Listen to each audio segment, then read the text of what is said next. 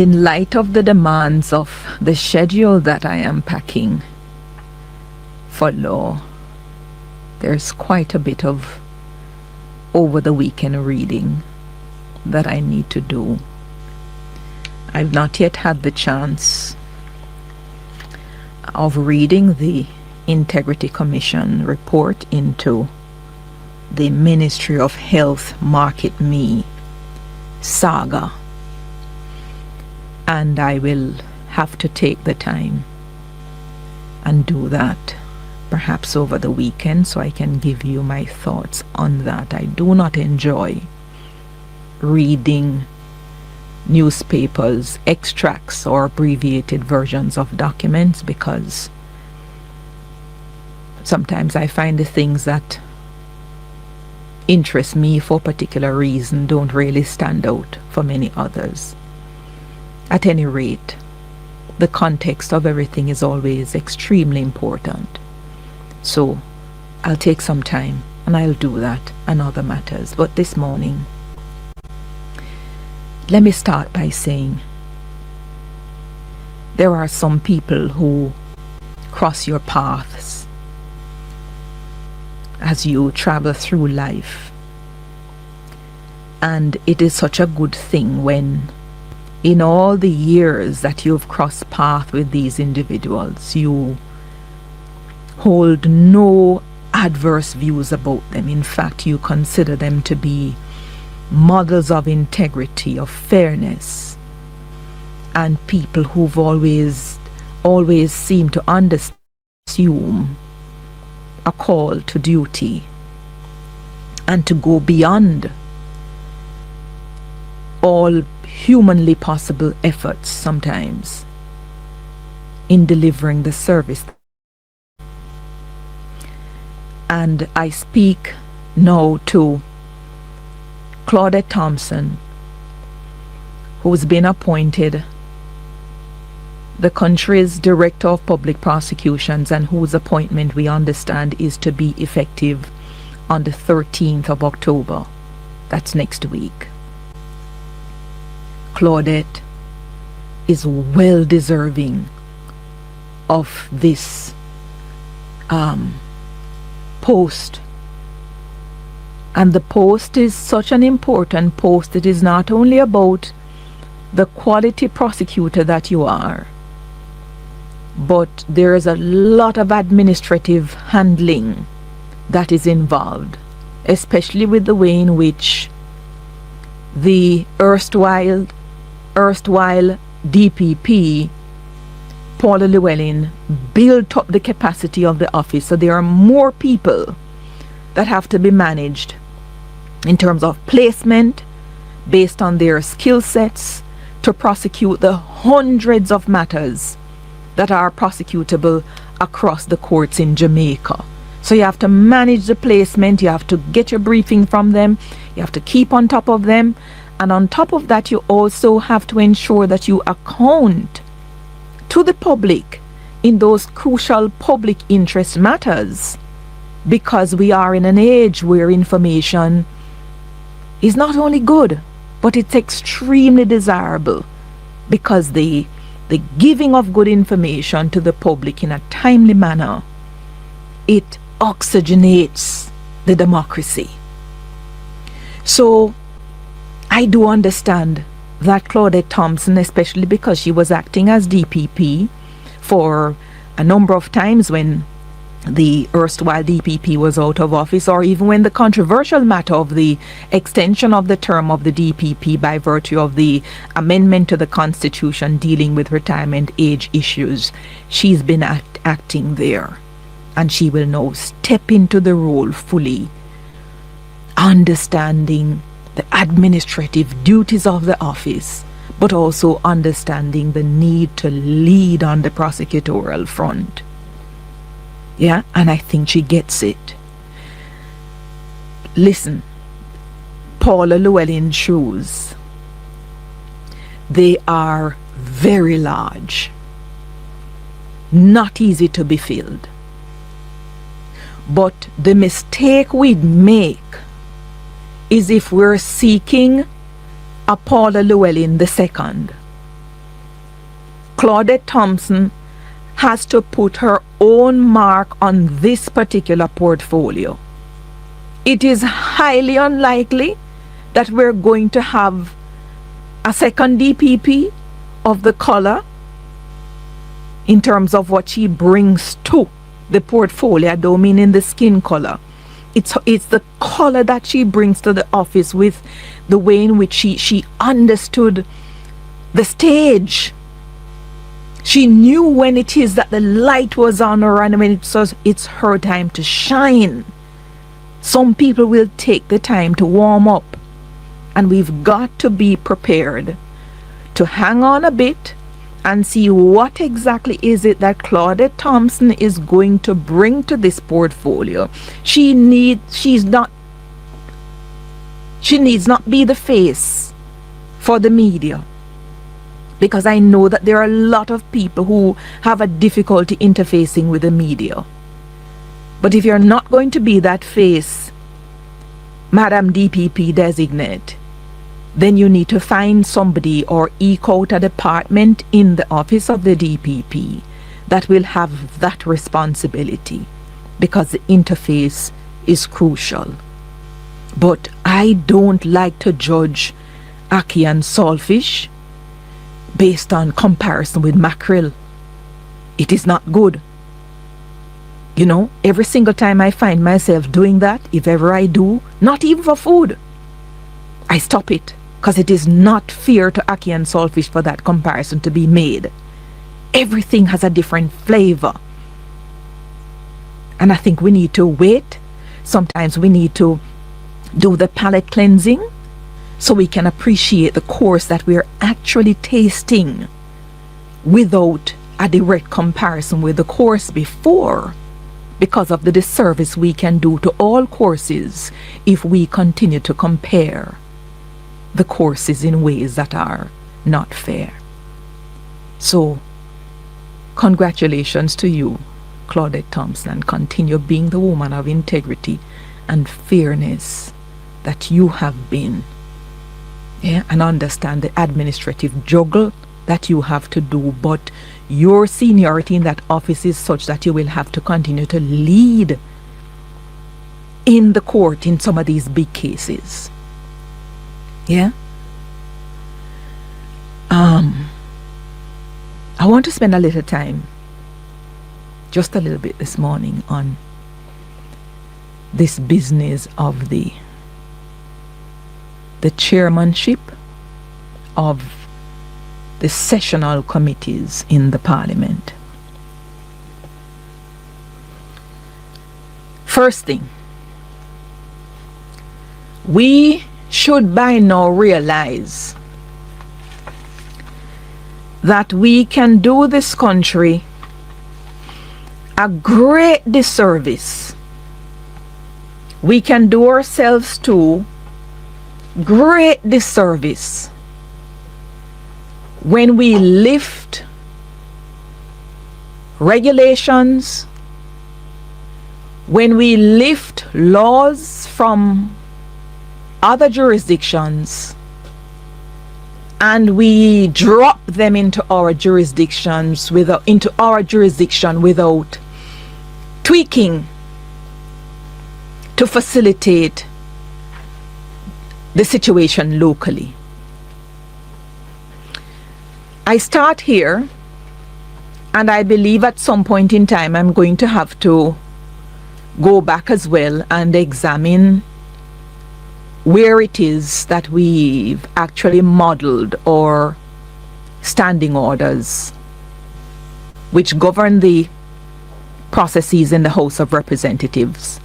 Which country is it that we've lifted them from? I suspect a lot of them have been lifted from the United Kingdom. And there has been some tweaking over the years, especially recently with the passage of the Integrity Commission Act. There has been an amendment where a committee of the Parliament has been included in the standing orders to look at what goes on with the Integrity Commission Act and how things are happening there. But for the most part, and there is a standing committee,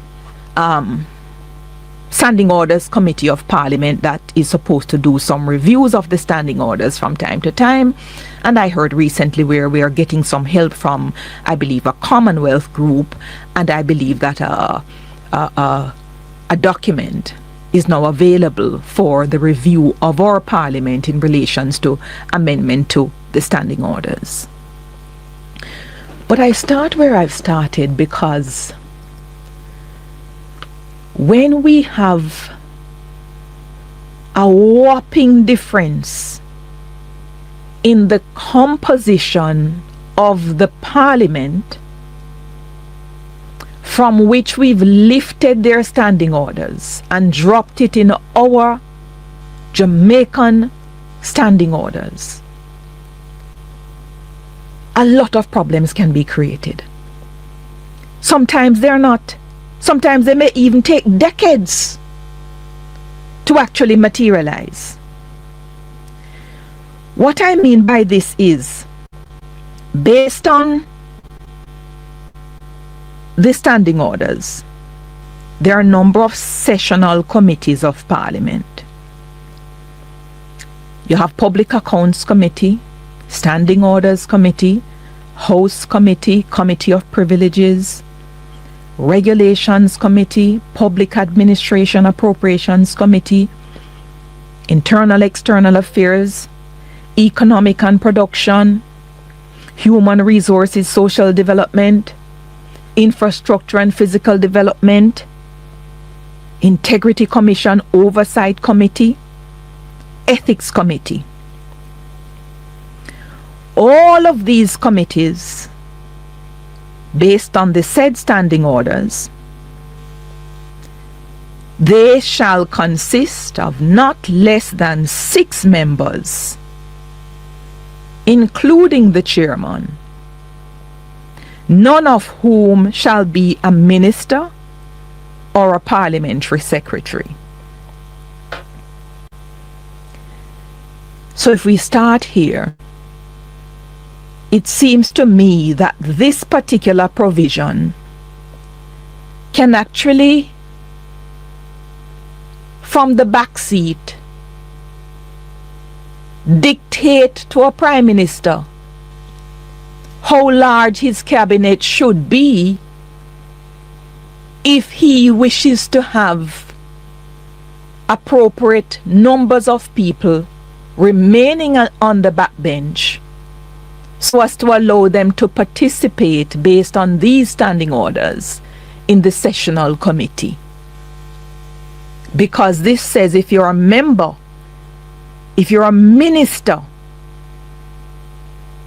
you shouldn't be on any of these sessional select committees.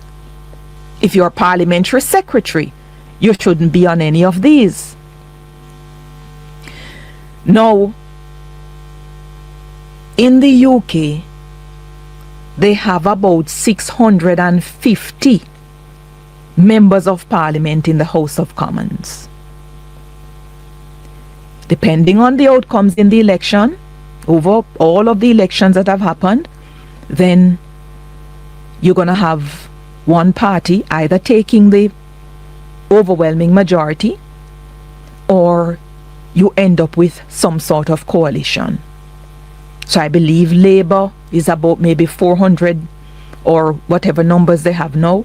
You have the Conservative, you have Lib Dem, you have Independent, you have SNP, Scottish National Party, you have Democratic Unionist Party, you have Reform, you have multiple political parties that can win and do win seats in the House of Commons.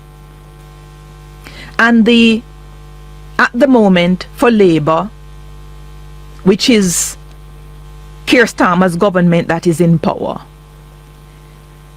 based on the standing orders, it is not likely that they're going to end up in a situation where their sessional committees run into problems with finding people because of the sheer size, the sheer numbers of individuals who are in the House of Commons. So even when they extract all of the cabinet members, they are going to have a lot of people because of just the population, the over 600 and odd who are there.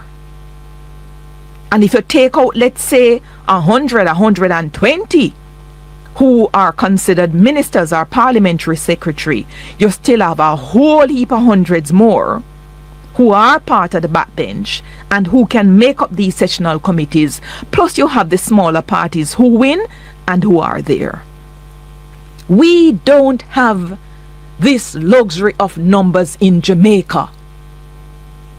So, in fact, when the standing order says the sessional committee shall consist of not less than 6, including the chairman, none of whom shall be a minister or parliamentary secretary, I was wondering aloud the last time I was here whether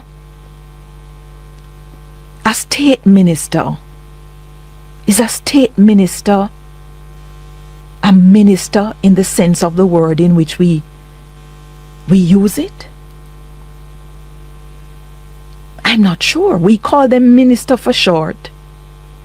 But I don't know in its purest form if they're not cabinet members, are they?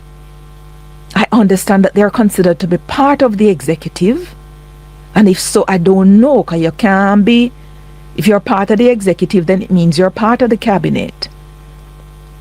But I know that what has happened in Jamaica is that state ministers have sometimes been allowed to sit in some of these sessional committees because we would run into problems if we were to obey the strict wording of this particular standing orders that says none of them shall be a minister or parliamentary secretary. Because as you might well understand, we normally have cabinet sizes ranging between 16, 20 people. These are full ministers. And then you have the slate of state ministers that travel with them either to understudy them or to ensure that, little portfolio responsibilities that may require day-to-day attention, you have people who can do those sort of things and then brief the minister. So invariably, we're going to have a small backbench because we only have 63. And for any government to form, any party to form government in Jamaica, minimum you get in a two-party system is 32. And if you take out 20 as ministers, if you take away 4 from that, because 4 maximum can come from the Senate, you have 16. And if you have some state ministers with that, take them up to 10, you're looking at 16 plus 10, 26. And then 32 minus 26 would leave only 6 backbenchers who can populate these committees. And I just read out to you the number of committees that we're talking about, and it needs to have members from both sides. So it presents numerical challenges from the very start. So I say that we have to begin from first principles, where we cannot simply be lifting things from other countries and just dropping it here in the ways that we have, because we cannot dictate to the government of the day how many people are supposed to be state ministers or how many people are supposed to be ministers, except the law that says no more than 4 is to come from the Senate. We don't really have anything else like that, right? But based on all of this and the good practice about the role of these committees, we had a situation where Bruce Golding proposed a particular model where these committees, he recommended at their first sitting, government should allow opposition members to be selected to chair them. I heard it being said that it is a convention. It is not. It is not possible that something that was done over 3 cycles, 3 election cycles, that thing does not a convention make. It was a good practice. That's something that was coming into being. It was birth was given to it in 2007, and it grew to 3 years. But then the growth was stunted. It's not a convention. It would be a good thing to have it continue. Yes? And as I said to Paula yesterday, the government needs to decide what war it needs to win. And this is not a war that it should need to win. In fact, you don't go to war on this matter. It is probably best, and I will examine in the course of this program the mandate of some of the committees, and tell you why I believe it will be best for opposition to chair those particular committees. But I'm up on time. Join us next time for Emily's Views on the Hotline.